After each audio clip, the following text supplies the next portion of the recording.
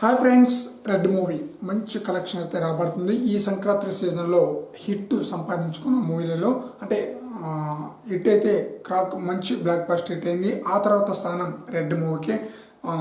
Crime థ్రిల్లర్గా ఈ చిత్రం ప్రేక్షకులను బాగా ఆకట్టుకుంది.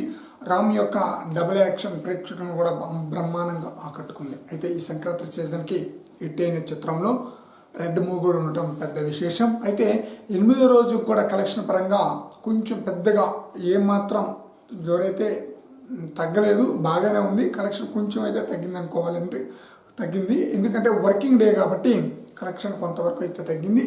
సో ఏది ఏమైనా సరే 8వ రోజుకి టోటల్ వరల్డ్ వైడ్గా రెడ్ మూవీ యొక్క కలెక్షన్ 34 కోట్ల వరకు కలెక్షన్ రాబట్టిందని సమాచారం. అఫీషియల్గా అయితే అనౌన్స్ అయితే కాలేదు, బట్ 34 కోట్ల వరకు కలెక్షన్ రాబట్టింది అన్న సమాచారం అయితే బయటకు వచ్చింది. ఆ విషయాన్ని మీతో పంచుకుంటున్నాను.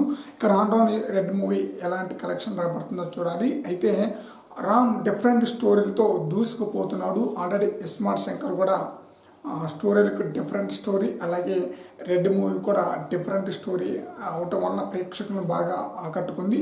మరి చూడాలి రాను రామ్ తన యొక్క సినిమాను ఏ విధంగా అంటే సినిమా లైన్ స్టోరీని మార్చుకుంటూ డిఫరెంట్గా నటించాలని చెప్పి అనుకుంటున్నారు. కాబట్టి మంచి స్టోరీలతో మంచి సినిమాతో మంచి కలెక్షన్తో విజయం సాధించాలని చెప్పి కోరుకుందాం. ఫ్రెండ్స్, ఈ వీడియో నచ్చితే లైక్ చేయండి, షేర్ చేయండి, కామెంట్ చేయండి. మరికొన్ని అప్డేట్ కోసం మా ఛానల్ని సబ్స్క్రైబ్ చేయండి.